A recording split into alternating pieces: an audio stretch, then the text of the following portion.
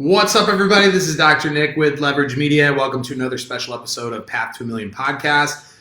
Don't forget that we're going to be doing a live Q&A on the Dr. Nick Silveri page tomorrow, Saturday at noon.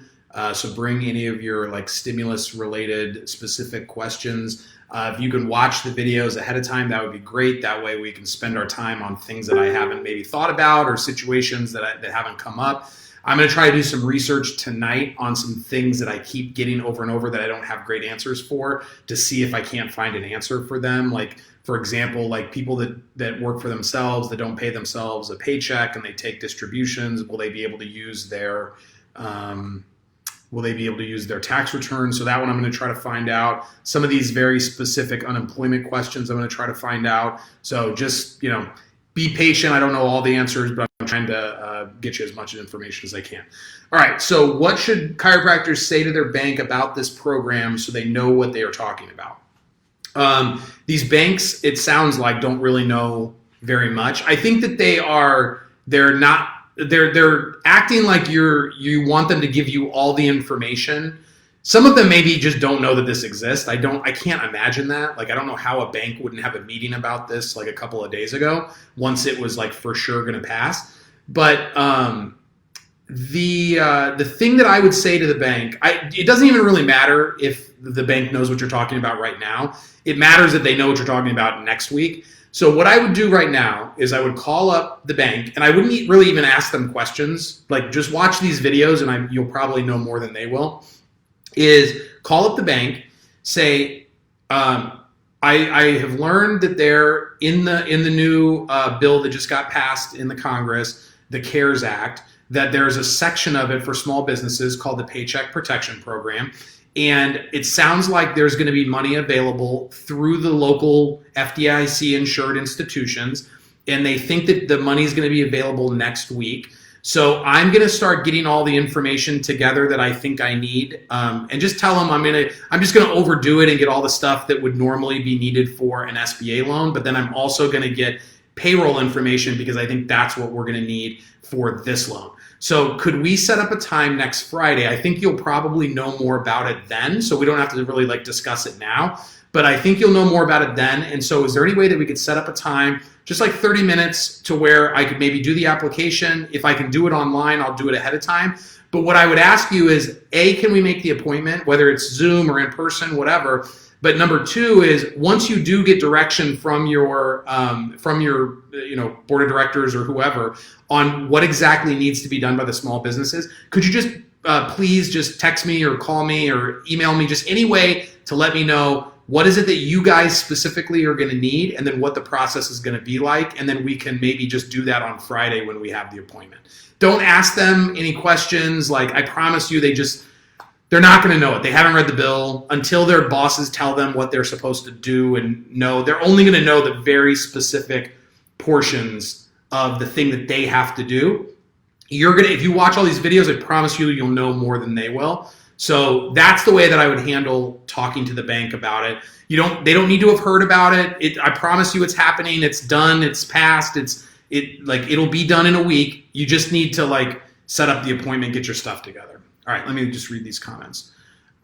Jill says, I've called 2 banks and both had no idea what I was talking about. That's what I'm talking about. All of our bank lobbies are closed, so Zoom, yes, I would imagine Zoom will probably be what they prefer.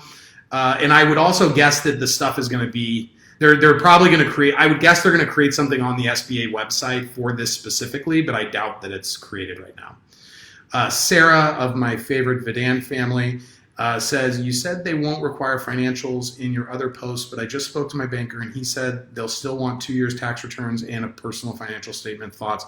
They won't. He doesn't know what he's talking about, but this is why I say just do it, just to be on the safe side, because these bankers are the ones that are going to, okay, let's say you show up and the only thing that the act actually says that you need is your payroll information and the fact that you were a business, and that's all that the bill says, right? There's no the House Sergeant in Arms is not going to come tell that guy he's wrong. So when you go into your local bank of Bank of St. Louis, and you go in there and you say, I want to apply for the loan. I brought all my payroll information, and he's like, oh, you need 2 years tax returns and a personal financial statement. you're going to be like, no, that's not what the thing says. And he's just like, sorry, that's what you need, right? And they're going to be the ones originating the loans and making the decision. Everyone will get approved for this as long as you follow the two requirements: in business before 215 and you had payroll before 215.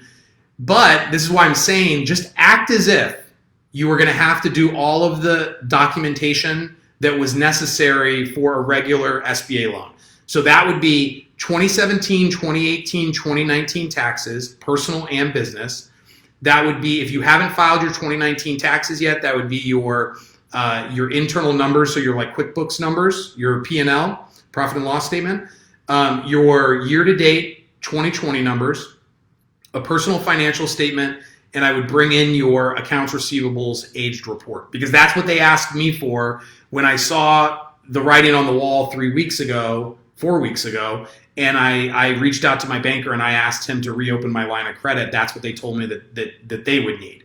So that's probably going to be the max that you would need. On top of that, you need to have your payroll information that we've talked about. But it's not even about, it's just about saving a day. Because maybe you're right. You know, somebody who says this? They said, don't be right. Like, I think Stephen Franson says it. He'd probably say it better than I do. But he's like, don't be right to make them wrong. You know what I mean? Like, they're going to think they know more than you about the procedures. And maybe by Friday, they'll be like, oh yeah, Sarah, you were right. Like, you do only need your payroll stuff. But just be prepared. Just be ready for it. The thing you need from them right now is an appointment on Friday. And you need for them to let you know as soon as they know what their bank's application process is going to be. Those are the only two things you need from them. You don't have to like educate them on it. You don't need their advice on it. You just need those two things: an appointment. Tell me when the application process for your bank is ready. That's it. Okay. They haven't read the bill. Their bosses probably haven't read the bill. They don't know what they think it's going to be like a normal loan. The reason why you need a tax returns and a personal financial statement is because in a normal situation, they have to know that you have the ability to pay it back. Like, it's easy to get a loan when you've got $500,000 sitting in the bank, right? This is a crisis. Even in the disaster loans, they've basically removed the ability to repay this loan as a requirement of getting the loan. So the only two requirements: been in business, doing payroll before 215. That's going to be it. They just don't know it yet. So we'll see what happens on Friday, if I was right or not. And I bet you that there are going to be people on here that are like, Nick, they still made me have my tax returns, and I'm glad that you told me to do that, because if I would have just gone in with my payroll stuff, they would have told me to come back on Monday, and then they wouldn't have any appointments on Monday. Then I have to wait till Thursday, and then it's a week more that you don't have the money coming in. So just be overly prepared. All right.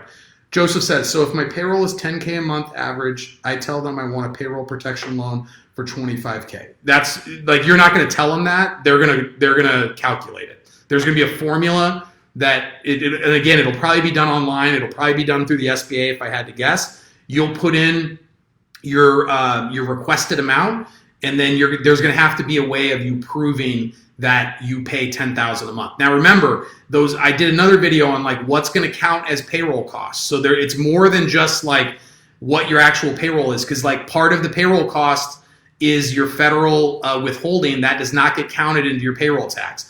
If you or in your payroll costs for this calculation, if you pay somebody over $100,000, anything over $100,000 is not going to count in the payroll costs.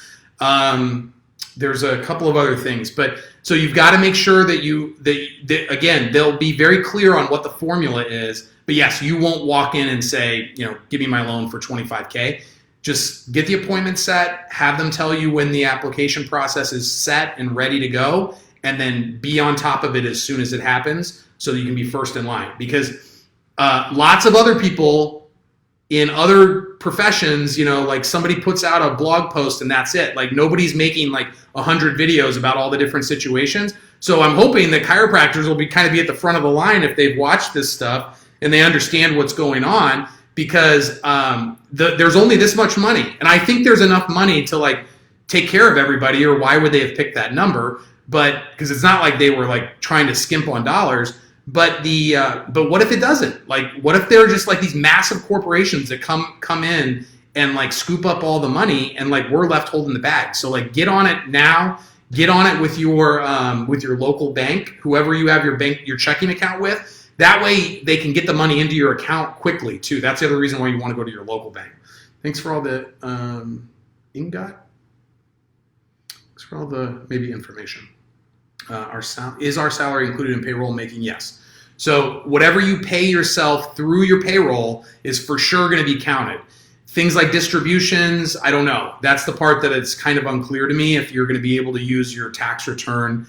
Like if you really made $200,000, but you only paid yourself 50, will you be able to qualify for that next 50 up to 100? That's the part that I'm not 100% sure on. So yeah. And I don't think anybody else has any questions. I got to hop on a call with a client. I'll be back in 30 minutes to make some more videos. If you guys have any questions that you want answered on other videos, let me know. Thanks.